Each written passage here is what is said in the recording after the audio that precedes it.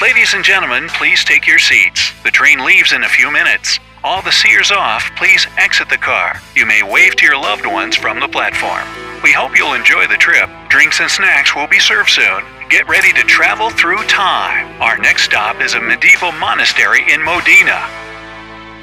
जरा सोच के देखिए कि आपके परिवार का कोई सदस्य एक ट्रेन में सफर कर रहा है और वो अपने डेस्टिनी पे पहुंचता ही नहीं है, बल्कि ट्रेन कहीं बीच में ही गायब हो जाती है। अब आप लोग सोच रहे होंगे कि मैं पूरी तरीके से पागल हो चुका हूँ, आखिर ट्रेन भी कभी गायब हो सकती है। बट बिलीव मी फ्रेंड्स, ये एक रियल घटना है जिसमें एक पूरी ट्रेन और उस पे मौजूद 106 पैसेंजर मिस्टीरियस तरीके से गायब हो जाते हैं और उनका आज तक कोई अता पता नहीं चला। तो क्या है इस मिस्टीरियस ट्रेन की कहानी और आखिर अब वो ट्रेन कहाँ है? आज की इस वीडियो में हम इसी मिस्ट्री को जानने और इसे समझने की कोशिश करेंगे। सो अगर आपको भी इस मिस्टीरियस ट्रेन के बारे में जानना है तो वीडियो को आखिरी तक देखिएगा। 14 जुलाई 1911 में एक ट्रेन कंपनी जिसका नाम जेनेटी था, उसने पूरे इटली में से 100 लोगों को अपनी न्यू ट्रेन में फ्री ट्रैवल करने का ऑफर दिया। क्योंकि जेनेटी कंपनी अपनी इस ट्रेन का प्रचार करना चाहती थी, इसलिए वो इस ट्रेन को एक सुंदर से रूट पे चलाने का फैसला करती है। ट्रेन के अंदर खाने पीने के सारे व्यवस्था मौजूद थे, साथ ही साथ उन सारे पैसेंजर के लिए 6 स्टाफ भी भेजे गए थे। इस तरह से उस ट्रेन में टोटल 106 लोग मौजूद थे। जैसे ही ट्रेन पर सारे पैसेंजर बैठ जाते हैं, ट्रेन को ग्रीन सिग्नल मिल जाता है और ट्रेन अपने एक सुंदर से सफर की चल पड़ती है। सारे पैसेंजर खिड़कियों से झांकते हुए आसपास की खूबसूरती को देखते हुए ट्रेन की सारी सुविधाओं का लाभ उठा रहे थे। सब कुछ वैसा ही चल रहा था जैसा कंपनी चाहती थी। लेकिन तभी उन्हें 106 पैसेंजर और उस ट्रेन के साथ कुछ ऐसा होता है जिससे आज 113 साल बाद भी पूरी दुनिया हैरान है। ट्रेन अपने आखिरी स्टेशन के लिए बढ़ ही रही थी कि रास्ते में एक लोम्बार्डिया टनल आता है। यह टनल करीबन 1 किलोमीटर लंबी होती है और बस यहीं से इस कहानी में एक मिस्टीरियस मोड़ आता है। वो ट्रेन इस टनल के अंदर तो जाती है लेकिन इस टनल से बाहर कभी भी नहीं आती है, या फिर ऐसा कहा जाए कि गायब हो जाती है। इस घटना के कुछ ही देर बाद रेलवे कर्मचारी और पुलिस ने इस ट्रेन को हर जगह तलाश की, लेकिन ना तो उन्हें ट्रेन मिला, ना ही वो 106 पैसेंजर।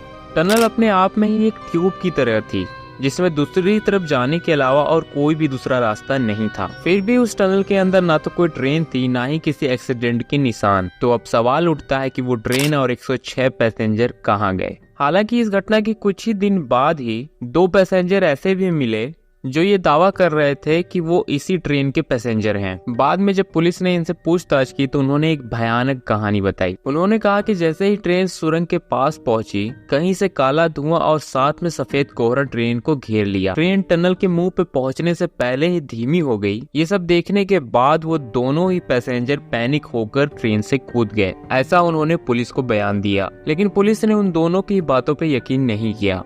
जीवित बचे लोगों में से एक शख्स ने इस घटना के बारे में एक न्यूज एजेंसी वाले को बताया। उसने कहा कि इस सब घटना के दौरान उसने एक अजीब सी आवाज सुनी और फिर सफेद कोहरे ने इस ट्रेन को घेर लिया और इसके साथ ही हमारी बदकिस्मती थी कि ट्रेन का पहला डिब्बा खुल गया। उसने बताया कि यह सब बहुत ही ज्यादा भयानक हो गया था। ट्रेन मुश्किल से चल पा रही थी, इसलिए मैं ट्रेन से कूद गया। लेकिन तभी मेरी नजर एक और पैसेंजर पर पड़ती है जो उसी समय पे कूद गया था। हम दोनों ही एक मैदान पे गिर गए और इसकी आगे का मुझे कुछ भी याद नहीं है। अब यहाँ पे गौर करने वाली बात यह है कि इन दोनों के बयान एक दूसरे से काफी ज्यादा मिलते हैं।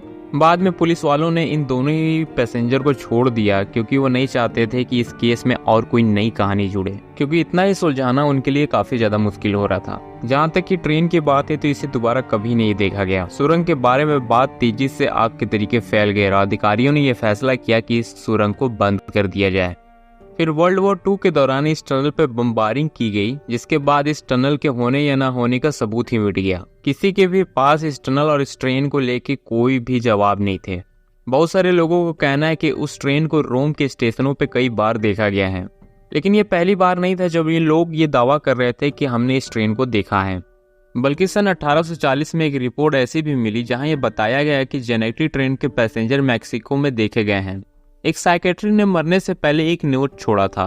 उस नोट में लिखा था कि 104 इटालियन पैसेंजर मैक्सिको के एक हॉस्पिटल में एडमिट हैं, जिनकी दिमागी हालत सही नहीं है। उन सारे लोगों ने अलग अलग कपड़े भी पहने हुए थे और ये दावा कर रहे थे कि वो जेनेटी ट्रेन से रोम से यात्रा कर रहे थे। यात्रियों में से सच में एक के पास एक सिगरेट का डिब्बा था जिसमें प्रिंट की डेट 1907 थी। बहुत सारे सोर्स का ये कहना है कि ये आज भी मैक्सिको के म्यूजियम में रखा गया है। इन सब के बाद साइकियाट्रिस्ट ने ये सोचा कि सारे लोग पागल हैं, लेकिन वो इस चीज को लेके कोई भी सबूत नहीं दे पाया। इसके बाद उस हॉस्पिटल में से इन मरीजों की रिपोर्ट को ही गायब कर दिया गया। कई सालों बाद ट्रेन को फिर से यूरोप में देखी गई। 29 अक्टूबर 1955 को यूक्रेन के एक छोटे से गांव ज्वालिची में उस रोड के सिग्नल मैन ने इसे बिना आवाज वाली ट्रेन का नाम दिया। वो उस टाइम पे रात के ड्यूटी पर था और उसे अचानक से एक ट्रेन दिखी जो उस टाइम के शेड्यूल पे नहीं थी। उसने बताया कि ये ट्रेन बिना किसी पटरी के गैस फाउंड पहाड़ की ओर जा रही थी। उसने सोचा कि ये उसकी कल्पना है और उसने फिर अपनी आंखों को मला और दोबारा देखा, लेकिन वो जो देख रहा था उसमें वही देखा, बंद पर्दे, खुले दरवाजे और खाली ड्राइवर का कैबिन। उसने अपनी रिपोर्ट में बताया कि उसने इससे पहले ऐसा कुछ भी नहीं देखा है, लेकिन वो ये जानता था कि ये एक ओल्ड मॉडल ट्रेन है। उसने इस ट्रेन के बारे में जैसा ही बताया वो काफी ज्यादा मिलता था जेनेटी ट्रेन से। इसके बाद भी उसे कई और अलग अलग टाइम पीरियड पे देखने का दावा किया गया और टाइम के साथ उसे द घोस्ट ट्रेन का नाम भी दिया गया। अब ये सब सुनने में तो जितना मिस्टीरियस और दिलचस्प लगता है, लेकिन क्या ये सब सच भी हो सकता है? मतलब मैं ये नहीं कह रहा हूँ कि टाइम ट्रेवल पॉसिबल नहीं है। मेरा कहने का मतलब बस ये है कि क्या इस ट्रेन को लेके कोई साइंटिफिक एक्सप्लेनेशन है, क्योंकि हम अभी तक टाइम ट्रेवल के बारे में जितना भी जानते हैं वो सब अभी मैथ थ्योरी है। वैसे अगर आप टाइम ट्रैवल के बारे में जानना चाहते हैं तो आप मेरी ये वाली वीडियो देख सकते हैं। और अब जहाँ तक बात इस ट्रेन की है तो मैंने इस पे काफ़ी ज़्यादा रिसर्च किया और मुझे कुछ चौंका देने वाली बातें पता चली। पहली ये कि ये पूरी कहानी सिर्फ और सिर्फ झूठ है। आप शुरू से इस कहानी को सोच के देखिए। एक ट्रेन एक टनल में गायब हो जाती है, उसमें 2 पैसेंजर बच जाते हैं, बाद में उस टनल को भी गायब कर दिया जाता है, फिर वो अलग अलग टाइम पीरियड में इधर से उधर जा रही है। ये सारी चीज़ें सुनने के बाद सिर्फ ऐसा ही लगता है कि ये किसी की कहानी है, और ऐसा है भी। मैंने जेनेटिक कंपनी के बारे में काफ़ी खोज किया, लेकिन ऐसा मुझे कोई भी कंपनी 1911 में नहीं मिली। यहाँ तक कि इस घटना के बारे में कोई भी न्यूज़ या रिपोर्ट इंटरनेट पे उपलब्ध नहीं है, और अगर है भी तो वो सिर्फ इसी कहानी को बताते हैं, ना कि सबूत को। आप ही सोच के देखिए, किसी देश के 106 पैसेंजर अचानक से एक दुर्घटना में गायब हो जाएंगे और उस देश की सरकार या न्यूज एजेंसी दुनिया को नहीं बताना चाहेगी, और बताएगी भी तो क्या, एक भूतिया कहानी। सो मेरे हिसाब से तो ये सारी चीज़ें झूठ है और ये सिर्फ और सिर्फ एक कहानी है जिसे लोग एक दूसरे को पास कर रहे हैं।